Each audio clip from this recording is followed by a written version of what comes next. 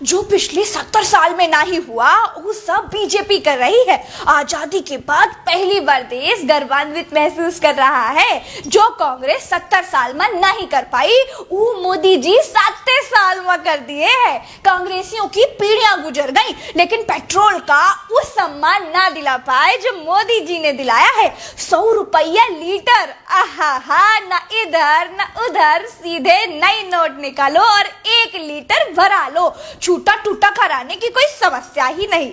हम मोदी जी की महानता बता ही रहे थे कि पट से चिंटू की मम्मी आ गई। कहे लगी तुम सही कह रही हो बहनी, जो 70 साल में नहीं हुआ वो सब मोदी जी कर रहे हैं। 70 साल में कभी देश नहीं बेचा गया, कभी रेलवे नहीं बेचा गया, कभी सरकारी कंपनी नहीं बेची गई, कभी गरीबों पर कानून नहीं थोपा गया।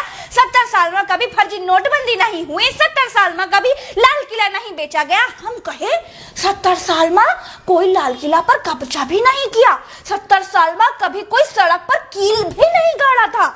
हम कहे ये सब छोड़ो, बरमाइन के हाल बताओ। पूरे मोहल्ले वाले कहते हैं कि देश बेच के नई वाली टाटा सफारी का सनरूफ वाला टॉप मॉडल निकलवाई है, लेकिन तेल के सैकड़ा वाले कीर्तिमान के पास मुंह फुलाई घूम रही है। चिंटू की मम्मी कहीं बीजेपी वाले बरमाइन का बहुत तकलीफ हुई, लेकिन अब न निगला जाए न उगला जाए।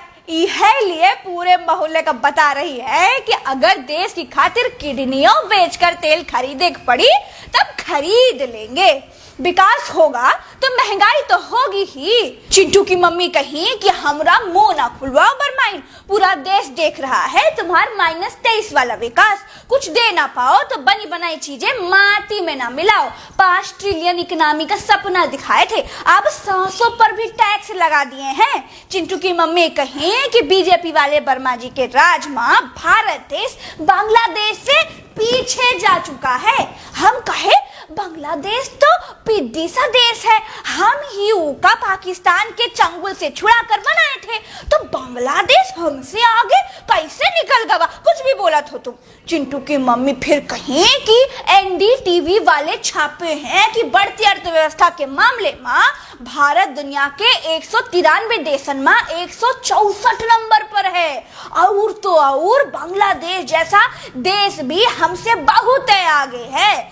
ज्यादा जानकारी चाहिए ना तो statistics.com पर चेक कर ले।